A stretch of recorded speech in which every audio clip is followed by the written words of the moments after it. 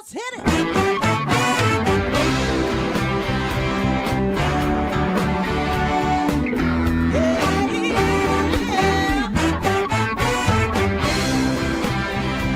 Well, hi, everyone, and welcome to Alzheimer Speaks Radio. I'm your host, Lori LeBay, and I'm so excited that you're joining us today.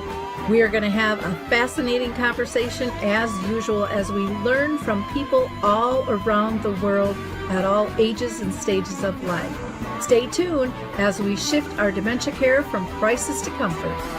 Here we go. What you think about, you will bring about the mental change. We will. Welcome to Alzheimer Speaks Radio. I'm your host, Lori LeBay, and I'm thrilled you are here with us today. If you liked our opening song, it's called Clarion Call by the Mark Arneson Band, and you can download that on any of your favorite music platforms. For those of you who are new to our show, Alzheimer Speaks is about sound information, not just sound bites. We like to talk to real people in the trenches making a difference. So maybe, just maybe, you can be our next guest. We would love to hear from you. Now, before we talk with our featured guest today, I always like to do some shout outs. So let me get started with that. First of all is Dementia Map, which is our global resource directory we launched the end of last year. It's growing, it's fabulous. We're getting all kinds of wonderful concepts. We'd love for you to check it out. If you are a business with a service product or tool, please get a hold of me and I will help you get in. We have both free and for fee listings in there. Also want to mention that Memory Cafe directory is starting to see in-person meetings trickle in, so you can get updates on both virtual and live meetings at memorycafedirectory.com. And then, of course, Coral Health is allowing people to still download two of their apps, Music First and Coral Faith, for free. And one of my favorite all-time products that was developed by two friends for two friends is the Foot Bar Walker. If you haven't checked that out, it is just absolutely incredible. And the thing that you're going to want to use if you have a loved one or a client who is in need of a mobility assistance product, it's absolutely fantastic. Check out footbarwalker.com. I also want to mention again, because this is going to be closing out, is Maud's Ventures giving away $50,000 to $100,000 in seed funding for three particular challenges. Go to Maud's Ventures for more information. And then on the 23rd, actually, I've had a lot of requests to do CEUs for a program regarding Dementia Map. So find out how Dementia Map can offer you a roadmap to care and how it can build your business and your brand and also assist your staff and your families alike. You can find more information on alzheimerspeaks.com. And last, I want to mention Together for Dementia is having their annual conference on November 2nd, and I'm lucky enough to be speaking there. If you want more information, again, just reach out to me on that. Okay, it is time to now introduce our guest today. We're going to be talking with the CEO and founder of Chair One Fitness, which is about fun fitness options for any age, stage, or ability. And today we're going to be talking with Alexis Perkins. I actually met her through Dementia Map, as she is one of our great resource members there. Her company is breaking down the barriers, making fitness fun, and giving people options and the availability to be able to exercise no matter what their particular age or ability. So I'm excited to learn more about the services of Chair One Fitness, and I'm sure you will be thrilled to learn more as well. Well, welcome, Alexis. I am so excited to have you on the show. I really want to learn more about Chair One Fitness and all that you are doing. I've seen your ads and, your positioning on the website and then also on Dementia Map. So thank you for joining us there. But I really want to hear more, as I know our listeners do. But before I get into my line of questioning, I always like to ask every single one of my guests if they've been personally touched by dementia in their own family or circle of friends. For me, it wasn't within like my blood family and friends. I first came in contact with the best people ever who had dementia and Alzheimer's when I began to teach at adult daycares and assisted living communities. And I'm not going to lie, just like when somebody's family member first has it, you don't really know what to expect or what to do or anything like that. So I was thrown into this new community and I got to see so many different things that I didn't understand that I had to learn. Okay. Like different behaviors that they might have or how we can still stimulate their brain. And because of that, I dug deeper into my studies and got to learn, okay, with different fitness programs and movement, well, what can we do to help stimulate the brain or keep their attention or anything like that, or stop them from wandering around for a moment. And then one of my first, when I was teaching, I had my one favorite student. He was awesome. And if you look at my very old YouTube videos, you could see him dancing with me. And his cane was even upside down. I was like, why is he dancing with his cane upside down? His name was Mr. Price. He was phenomenal. And he was so funny every week. He was my favorite. And then what happened is that throughout the months, I noticed that he was coming less. And I would ask the staff, hey, where's Mr. Price at? And then finally, I didn't see him at all. And then they said, well, he had to go home because he was getting violent. And I was like, And then literally, I went in to go teach one day and I see his picture on this board. I'm thinking, oh, it must be his birthday. And they were like, no, Alexis, that board is not for birthdays. He passed. I said, what? And that was my first student that I ever had pass, ever. So I had to go into the bathroom, cry it out, dry it off, and then go out and teach. So that was my first experience with somebody who had dementia. Oh, that's so touching. They just melt your heart and you get connected and stuff. So I get that. And when my mom was living in a nursing home, many people passed over the years. She was there 14 years and I would just get choked up. And it was like, why wasn't I notified? Because I felt like family. Yeah. I felt like their best friend. And, of course, with HIPAA and stuff, they can't always do that. But there was one woman in particular who she was like 100 years old and she cared for my mom. And so every time I would come in, she would almost treat me like her daughter and she'd hold my hand and she'd say, I know your mom's having a tough time, and she'd pat my hand and she's like, but don't worry, honey, I'm here for her. And so when she passed, it was just like, oh, she was just such a sweet, sweet soul. It was just something. So it's nice to hear that you have that kind of connection in your history and that you get people with dementia. Why don't we start out with having you explain what is Chair One Fitness and how did you come up with the name? Yeah, so Chair One Fitness, in simple terms, is a chair-based dance fitness program. With the company, we do two things. We either certify people to become instructors and they could actively go teach classes, or for people who want to use it for their loved ones, we have our 30-minute on-demand workouts where they're fun 30-minute workouts that have all kinds of categories like 60s, 70s, Motown, gospel, you name it. And you could just pretty much screen it on your television for your loved one to participate with. And as far as how we came up with it, well, I was working at the senior community for a long time and I came up with all the songs on my own. I called my grandma and said, what would you want to listen to? And then I called my mom and my dad and I said, give me some good songs. And then I just made up choreography to it. And like I told you, when I first started teaching there, I had to learn a whole bunch of stuff. I came from the fitness industry. I had to learn about dementia, Alzheimer's, strokes, diabetes, tardive dyskinesia, interstitial cystitis, everything. I got thrown everything at me, like all these different conditions. And I had to learn on the spot, how do you accommodate this kind of person or their whatever ability level they are. And then as my classes kept growing, I no longer had the bandwidth to do it on my own. So I got somebody to sub, but then my sub was borderline traumatized. She was used to going to fitness classes. And then she went to go teach at the senior community and was like, oh my God, Alexis, I'm never going back. I was like, what happened? What's wrong? And she said, in the middle of class, like somebody's teeth slid out And I was like, that's normal. What do you mean? That's just another day on the life. And so when I came up with Chair One Fitness, I definitely did it with the intention to prepare instructors for everything that they can encounter. Let them know that it's normal. Let them know to have compassion for others in all of their teaching and give them the scientific background of it.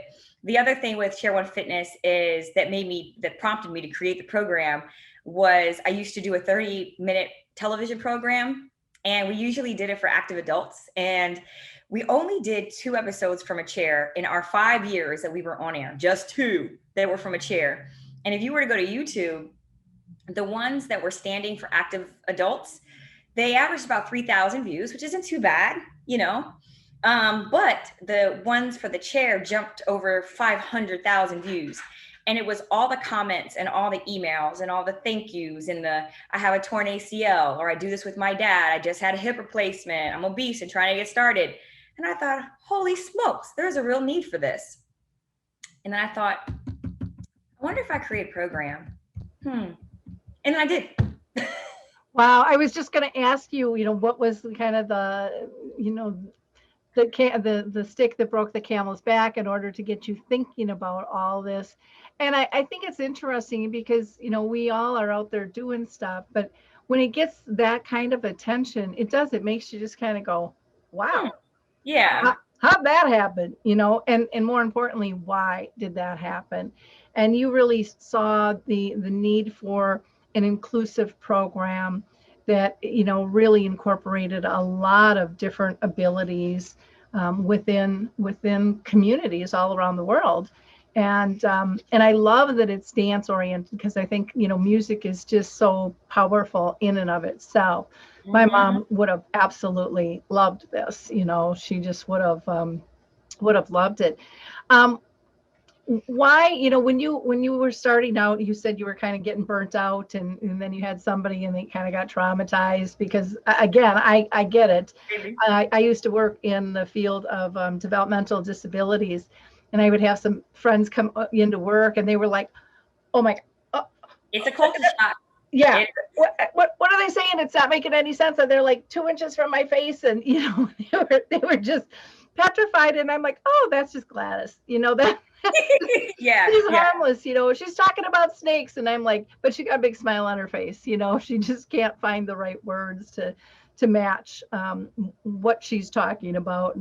But to explain that to people is really interesting. And I think what you're doing is so supportive, not only of the particular person, but of their families as well, in terms of seeing how you can adapt different tasks and include people, which I think is really super needed and very powerful, because we all want to be part of. And then when you can be part of a group like that, that makes it even more fun. So how did you go about launching your company? Was if it was just yourself in the beginning, and where are you today with it? Yeah. So in the beginning, I had the idea, and I wrote the training manual. So I had the content part down, and then I sent the manual to all of, I'm well connected. So I sent it to my smart friends, or who I thought was smarter than me, the doctors of physical therapy, those who specialized in curriculum and everything like that. I knew I had my fitness background, but I still wanted to make sure that the content was right. And so they sent it to them, they sent it back to me. It looks good. It looks good. It looks good. And even before we started getting all the other parts of the company together, like the first trainings, I still was like, I just want to know for certain that what I've created is right, and that is scientifically right. And so I said, I'm going to get this course pre-approved with some national organizations. And I wholeheartedly thought I was going to submit the manual and get rejected. And then I would ask them what I did wrong, and then I would fix it and then resubmit. But that's not what happened. It got approved on the first go round. So right now, the actual program is pre-approved with 2 sports national accreditations. That's the National Academy of Sports Medicine, and also AFA for the Aerobics Association. We also are pre-approved course for rec therapist, which is awesome. So like one of them is the NCTRC and the other one is based out of New Zealand. And we just got approved in Canada as well. But the ones that I think your listeners would be most excited about is that we are also a pre-approved course for the National Certification Council for Dementia Practitioners. That one meant a lot to me. That one meant a lot because I knew that what we did was good for those who had dementia, but I wanted to know, like, let me submit it to the organization to see if they agree. And they did. And then we're also a pre-approved course for 2 activities professionals organizations, one being NCAP. And the cool thing about that is those are, for those, most people know this, but for those who don't, activities professionals are ones who take care of your loved ones at the senior communities, be it adult daycare and or assisted living community. They can go by many names: activities director, life enrichment coordinator, lots of different names, but they're the people who pretty much make the day go around. And so when we got pre-approved with them, I was really excited because I worked at so many senior communities that I could finally go in and say, and we're pre-approved for you too. And then after that, that's as far as I had taken it. And then I needed some help. When it came down to the business side. So I reached out to one of my friends in Seattle, Jay Black, who's our operations manager. And I literally flew out there for a weekend. We started prepping everything. And then that was between January 2018 to October 2018, where the manual was approved, all the background work was happening. And then October 2018 was when we had our first instructor training. And since then, we're now in 42 states, 2 countries, and we have certified over 700 instructors. Wow. It's been a fun journey. You've been cooking. That was one of the things I was going to ask is, with these different programs that you're certified with, are you licensing them to be trainers within that, or are your trainers still within your company? They're still within my company, but the course is pre-approved. So let's just say somebody's a rec therapist through the NCTRC, or let's just say somebody's a certified AFA instructor like myself. If you take our course, you get 8 continuing education units, which is very important for them when you need your credits. And so, yeah, so that was really important. Okay. And can you explain to our audience, what are some of the benefits for people living with Alzheimer's or various types of dementias?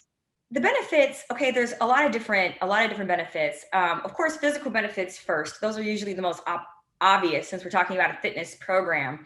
And I always say that just because somebody has dementia or, Alzheimer's, that's no reason for them not to still be able to have fun and to be social and everything like that. And it can happen. I've seen so many of my students who, when the music isn't playing, they're very sedentary. I remember one time I went to the senior community on my off day, and it was quiet. And I was like, ooh. And when we're in there, the music's up, the party's going, and they're active.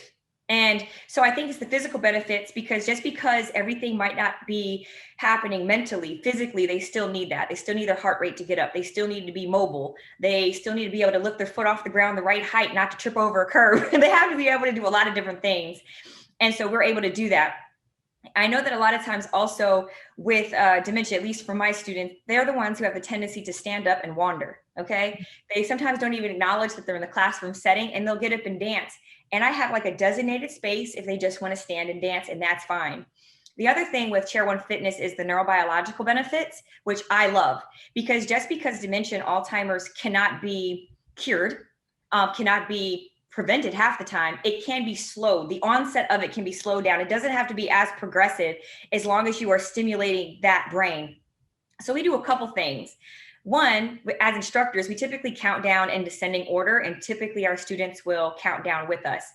We also choose songs that are timeless and are of their time, meaning something that they're familiar with.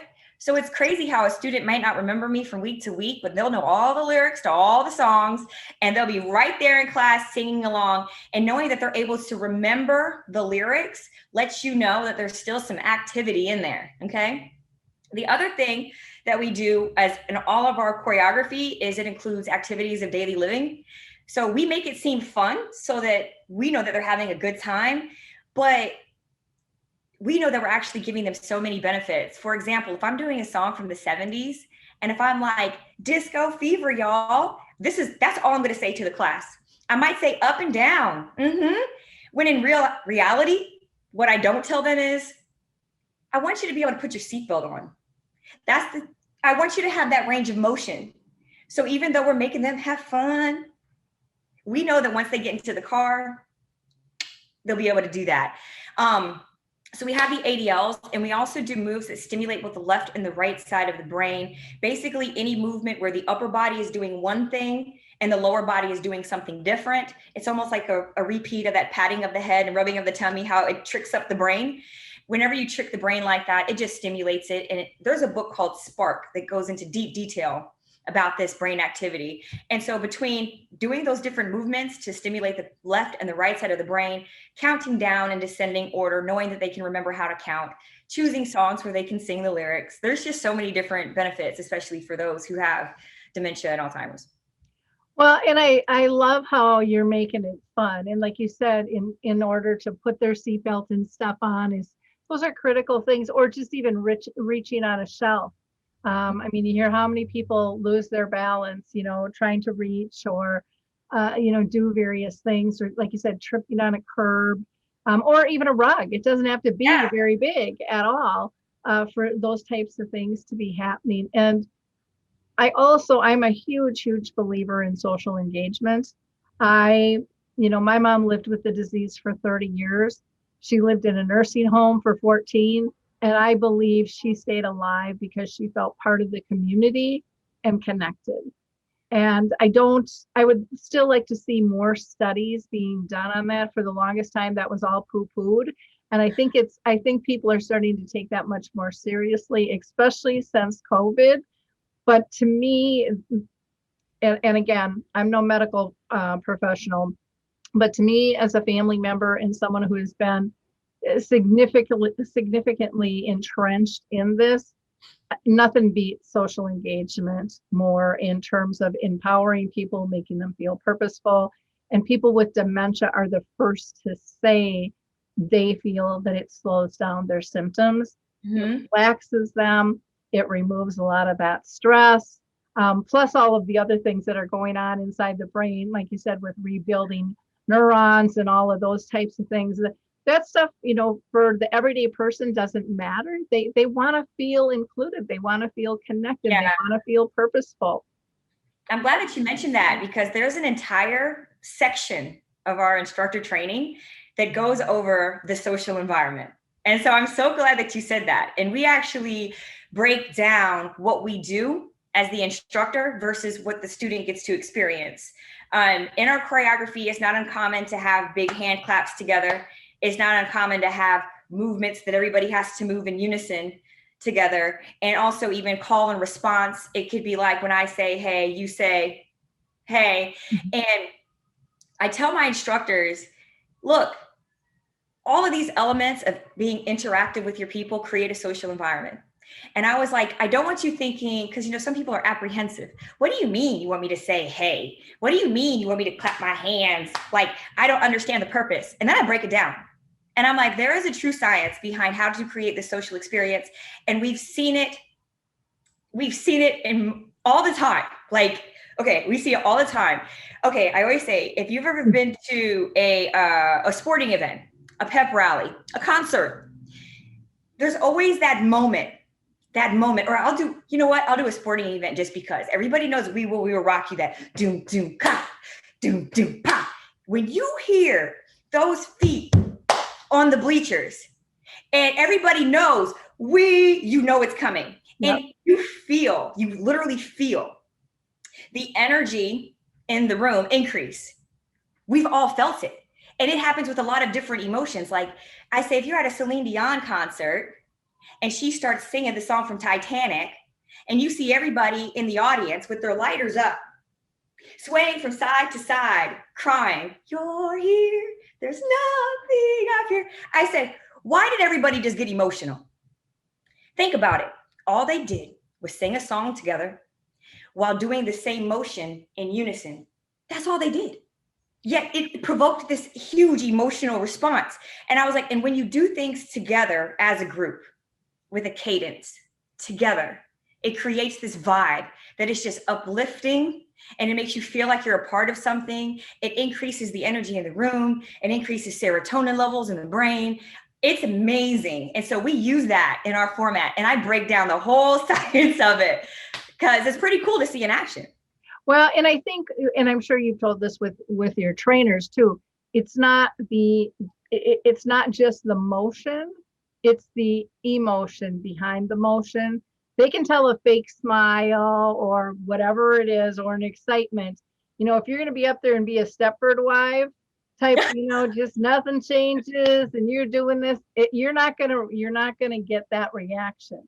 But when you are authentic, when you are having fun, that spreads. Just like when somebody's in a bad mood, that spreads. And so you have to be really conscious, because especially with dementia, they are reading your nonverbals more so than what they're hearing from you. They are reading your nonverbals. They are looking at your face. They are looking at your whole body language, and then they are listening to your words.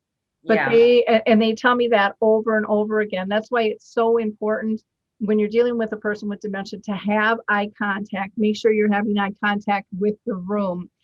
Make sure that you are giving everybody that special smile, that little twinkle in your eye. Show them that you're having fun and that they can too. And sometimes people need encouragement in terms of participating. That wasn't them back in the day. They weren't a yay rah rah. They were kind of a wallflower on the side. What happens with people with dementia is over time, they lose a lot of their inhibitions. And all of a sudden that little wallflower will shock everybody. Or the guy who's never talked, never participated, never gotten up and danced, never clapped his hands. And the staff are going, oh, what just happened? Who has the fairy dust here? And the fairy dust is being inclusive. It really is. And like you said, when you're matching their genre, and yet they're not stuck in that genre.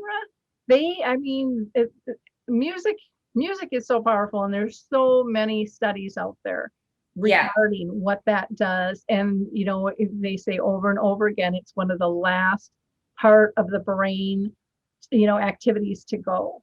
And so even with my mom, very young stages, she might not know all the words, but she knows the rhythm. She knows that song made her feel happy and safe. And a lot of times they don't need all the detail to feel good about it, because it's tied to an emotion. So it's getting to that good emotion, getting to that good juju for them, and then sharing that. And I don't know if you've ever seen the film or the video Alive Inside at all.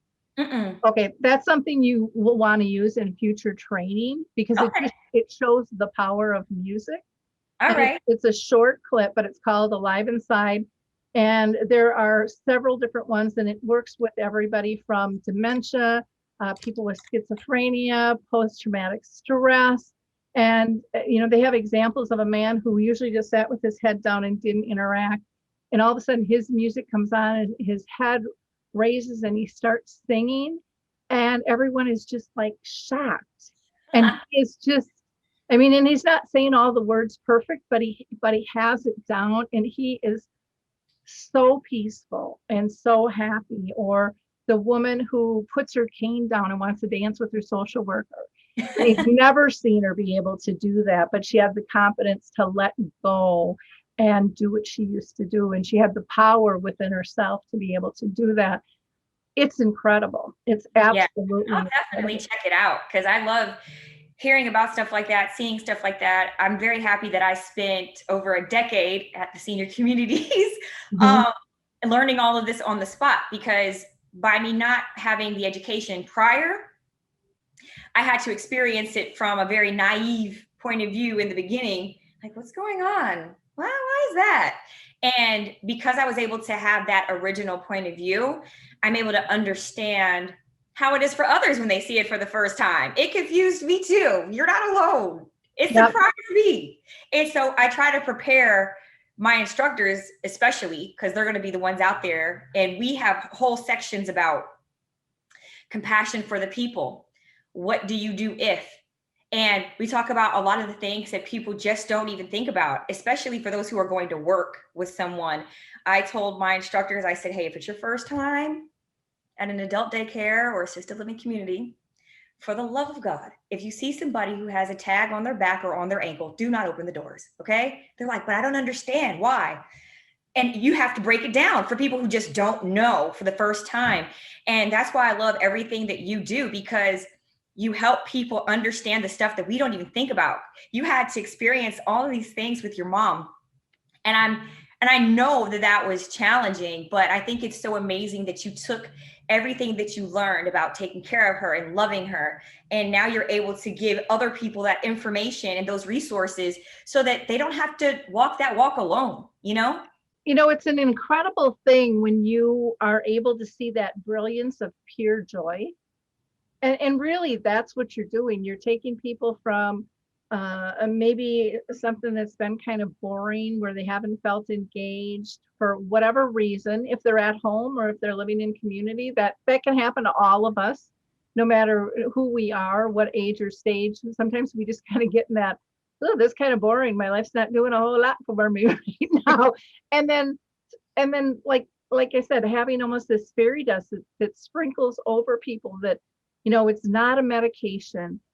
Music doesn't really have any negative side effects. So once in a while, you'll get a song that might jog some sad or a negative moment, but that's really pretty rare. Yeah. And then you learn that that's not a song that is going to sit well with this particular person. And, you know, you learn from that, you share it with others. But most of the time, it's just good stuff. And I mean, I still have videos to this day up on my YouTube channel of my mom in her end stages with a music therapist. And this is, you know, she couldn't really speak at this time. We thought we'd videotape her for an hour. She lasted a half an hour. And some of that time she'd fall asleep, but then the music would come on and you would just see the body move, even though she couldn't move like she used to. You'd see her toes going. I mean, and so part of it is getting the trainers to understand that everybody is going to participate at a different level. It might be a subtle hand movement.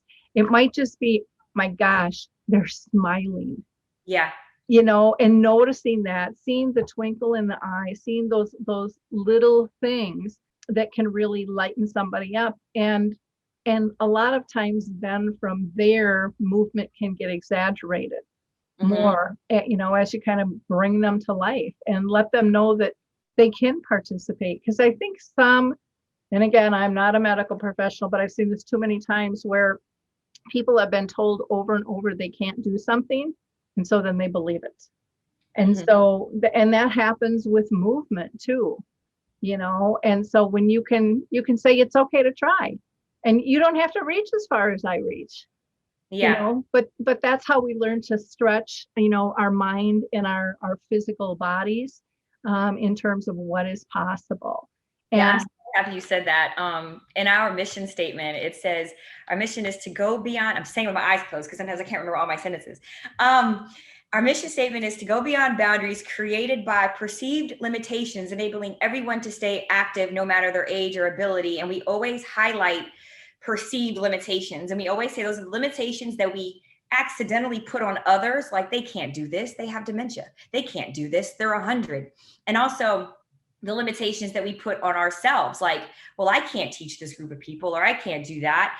And so we always say we just want to remove the boundaries created by perceived limitations. And that's exactly what you just spoke to. And I even told my instructors, I said, even if they can just raise their hand, tell them to come to class. As long as you raise your hand with me, that's all you got to do.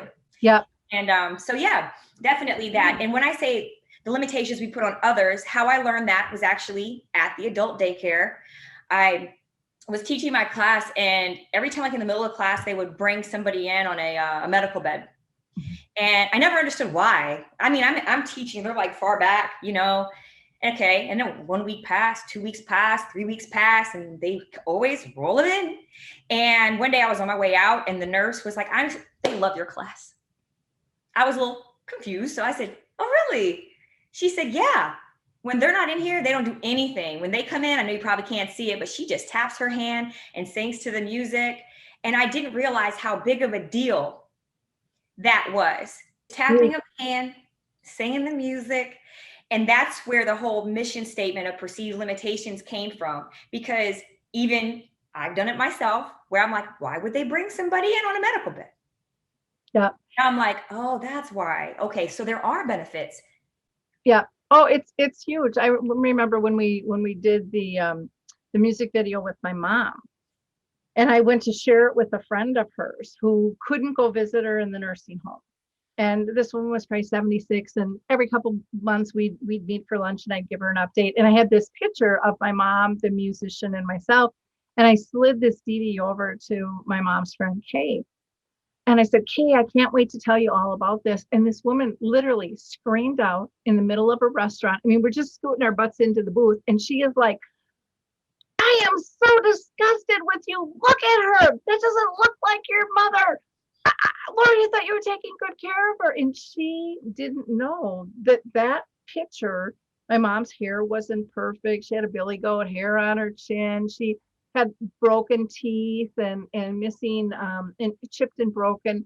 Her eyebrows were probably a little more thick.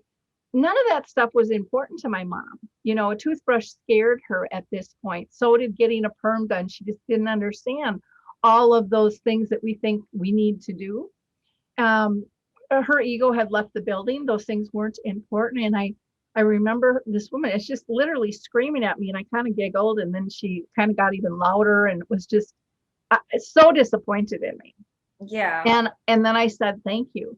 And she's like, thank you. What are you thanking me for? I said, because until this moment, Kay, I didn't know I don't see what you see. I see the dimples. I see the huge smile. I see the squinty eyes, because that's our trademark. When we're laughing, you can't see her eyes. I look at this picture and I hear my mom giggle. This Kay is my mom in pure joy. And it melts my heart. And I'm sorry you can't see that. But when we don't have those conversations about how things have changed and why things have changed. So that woman, on the bed, just laying there with those small movements, they are huge things. Yeah. And a person looking for joy will find joy. A person looking for, oh, that's really strange, is going to go, oh, that was a little wild. And that's what they're going to see. So it's teaching them to look for joy in a different light. Yeah, definitely. But it sure isn't any less. In fact, I think as people lose abilities, those moments of joy, even though they're really small and they're really simple, they are so much more alive and vibrant, because they're so much more important, because they're not able to happen as often. Yeah. And like I said, I think it's just great that people get to hear the story, say, look at that better understanding. And I also think a lot of people who are caring for a loved one who has dementia and they've seen it progress, it's also great for them to hear from you. So you can be like, no, I get it too. I know I said I didn't have any family that had dementia, just my student family, but my sister fell ill and my mother was caregiver to her. And we had to see the health decline until the end. Okay. And I can't even speak to the amount of stress that put under my mom. And sometimes when I would go visit, I didn't scrutinize her, but other people did. Like, how did a bed sore happen? And it's like, no, I've seriously been changing them regularly, Yep. And then how sometimes people can come down with this condemning eye and not understanding the caregiver. So I always like to show caregivers a lot of love, because when I got to see, and even my mom, I don't know if this happened to you, but while my mom was caring for my sister, her health declined. Oh, very common. Yeah. I mean, I got to see my mom take care of my sister until she passed. But I also had to watch my mom's health decline along the way too. The stress, the this, the that. And so I just think it's good to establish community. So as much as we create that social environment in our classrooms. I think it's really important that for dementia caregivers, or for those with loved ones with dementia, that there is a sense of community that is formed for each other, you know? Well, it's really interesting you talk about the caregivers or care partners, because it's very common for them to get ill or even pass away first because of that burden.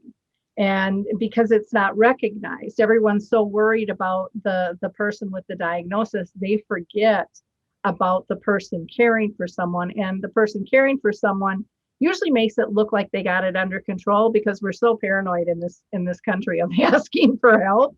We feel like, no, we're supposed to do this all by ourselves. And so one of my questions was going to be, do you feel these classes would be good for care partners as well? Yes, I definitely do, because we cover all ability levels, and even for the caregiver to participate with their loved one is great, because it gives them time to get moving too. I know that when my mom was caring for my sister, it wasn't easy to be able to get up and go for a walk. You always had to think, I have to go home, I have to do this, I have to do that. And so I think it's definitely great for the family member or loved one, also great for the caregiver as well. Even for me, I used to teach active, high intensity classes. Now I just teach my Chair 1 fitness classes. I still go to the gym, but I gotta admit, I break a really good sweat whenever I do my Chair 1 class. And even when I had like my back injury, I loved it at the end of class when we finally had to stretch and bend forward. I was smiling at my students, but on the inside, I was like, oh, thank you, Jesus. This feels so good. So I definitely think it's beneficial for all. And then even if they're at home, it could give them something to do together. As a matter of fact, I'm going to grab my phone here, because I had the best testimonial ever, and I saved it. It was a hard read. Okay. I got this email. This was from a woman who had taken the Chair 1 fitness instructor training, had an injury, then started using our workouts. Okay. So I just pulled it up. This is what she said. She said, "Dear Alexis and team, I just want you to know what a positive impact you have had on my life already. I'm 65 years young, leading a group of active seniors with the intention of getting my certification in order to lead them on Zoom. After a back injury and now a bone spur in my knee, I had to start using the videos on demand. I purchased them a few times because I couldn't lead on my own due to the pain I was and am in.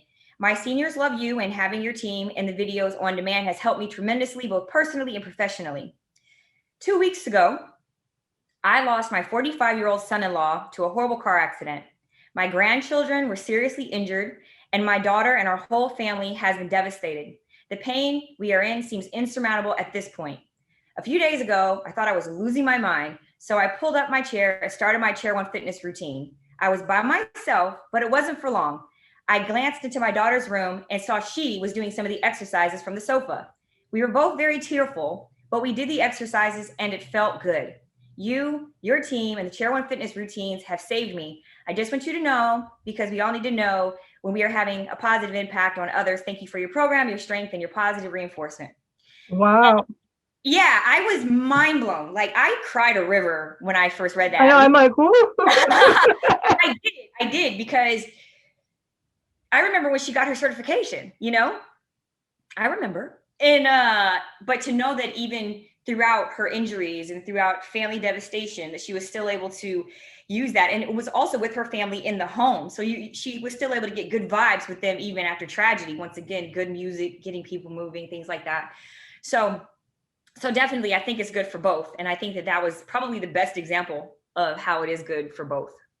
Well, and I love the whole intergenerational thing too. I mean, all ages and stages of life can participate in this.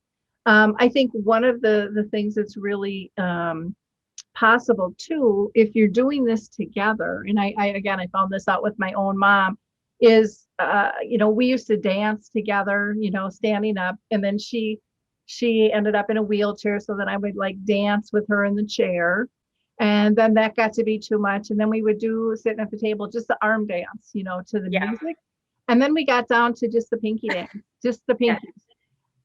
But it was that matter of touch, and I was just talking to somebody the other day about a husband and whose wife is in a community. And I said, have you thought about, does she like music? Oh, yeah. I said, did you guys like to dance? And he's like, oh, I've got two left feet. And, she really noticed that. And I said, well, I'm sure she didn't to the, to the extent you think. And then he laughed and he goes, no, we used to really like to dance. And I said, why don't you try that? Because we don't touch the way we used to. So, I mean, some of this stuff could probably be done together, even holding hands and stretching and stuff. I'm sure there's ways to adapt it. And I do think there is power in physically doing stuff together or just being side by side participating, because like you said, it changes our body chemistry just by doing the exercise, and then it can change our our soul and our mind as well, just by when you see the joy, when you see the smiles. I mean, it's huge. Yeah, no, it is. Prior to COVID, we used to always encourage a gentle touch on the shoulder and or the hand or any safe spot, right? Not so much now because of regulations, but I always encourage them to find something new. I was like, you better teach your seniors how to tap elbows. However, if you are at home with the people you care for, definitely any form of touch is always good. It could be before you start moving, after you start moving. If you're sitting next to each other, it's not that hard to give each other a high five.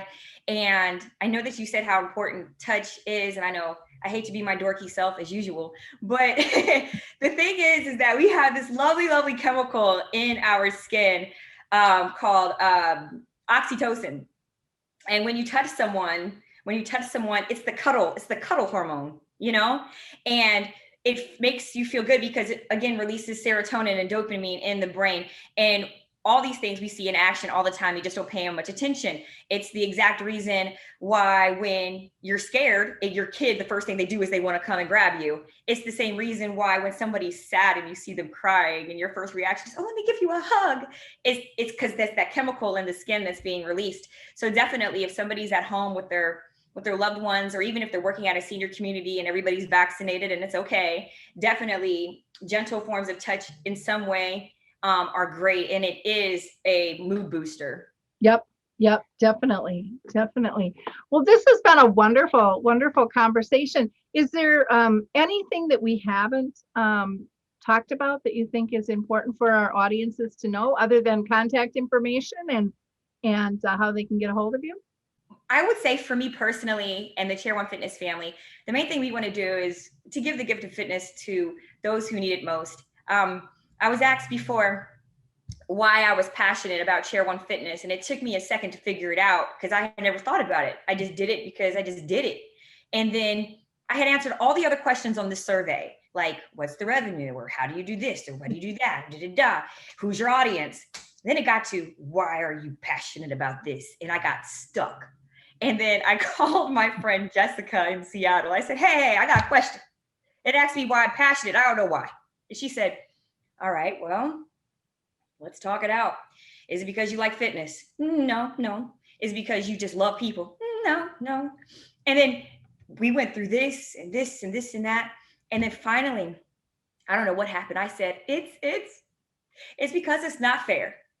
I said, it's not fair that because somebody is in a senior community that they don't have fun things to do, that they don't get to dance, listen to good music. It's not fair that because somebody is a wheelchair user, it's not fair that because somebody can't stand up. And I was crying and I was like, it's not fair. And so she was like, and then she's so funny. So then she just said, well, I guess you just found your passion. and so I was like, I guess so. But so with that being said, I don't think that it is fair that you can go to the gym for able-bodied people and they have spin, yoga, swimming, everything under the sun. And then you have somebody who's differently abled and all they have is rec therapy by itself with no music, without the fun elements. So I would like to change all that or be a part of the movement that does. And so for anybody who's listening, if they want any information about the program, or if they want to help us on our journey to share this with the world, that's really all that I want, because I think it should be balanced. And I think there should be more fun options. Well, there should be a subscription for healthy fun engagements that has benefits in terms of mobility. I mean, all of that stuff reduces falls. There's just, the list goes on and on and on and on. And why we are not literally having doctors write prescriptions for this and this be authorized versus I'll pick on the new drug that they just approved, Yeah. 56 flippin' $1,000 a year for a drug that might work. And people have been fighting for our prescription system to change Yeah. and to value social engagement in the arts and music and movement. I mean, these are things that are important to the body, the mind, and our souls, and our community base as a whole. And yet they're not valued. And sometimes I think they're not valued because they are healthy. And we have a system that likes to kind of sustain us in Yeah. sickness. No, you are absolutely right. I mean, it's going to be a hard change to happen. I hope that it happens during my lifetime, that before doping people up the medications, that they would think about health and wellness options first. I think that it's a problem, just especially with American culture, how it's cheaper to get a cheeseburger than it is to get a salad.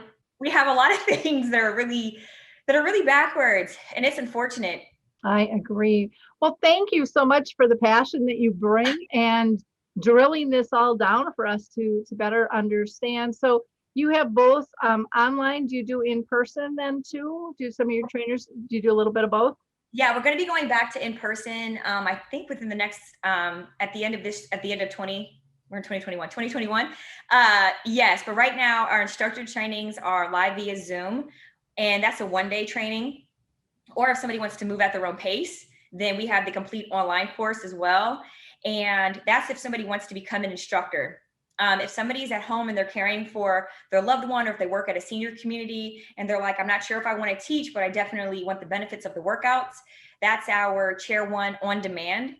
And that's just a subscription model where we have all the different workouts in the database, and we add one every single month to what's already there. So those are the two main things that we got going on right now. Fantastic. And people can go to your website, which is chair1fitness.com, or Mhm. they can get a hold of you by emailing admin@chair1fitness. And you are also on Facebook and Instagram as Chair1Fitness. Well, Alexis, thank you so much. I enjoyed our conversation. I thought it was really powerful, and I know our audience will enjoy this too. So thank you. Thank you. Thank you for having me, and thank you for your passion as well. I love all that you do. So it's been an honor just to sit here and chat with you. Well, great. And for our listeners, don't forget to like, click, and share. This is an important thing, and it's fun, and it's a healthy option. And a lot of times when we're trying to get fit and try to connect, it can get kind of heavy.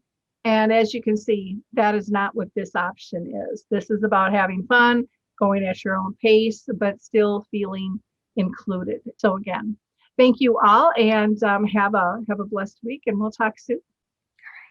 Okay, bye-bye.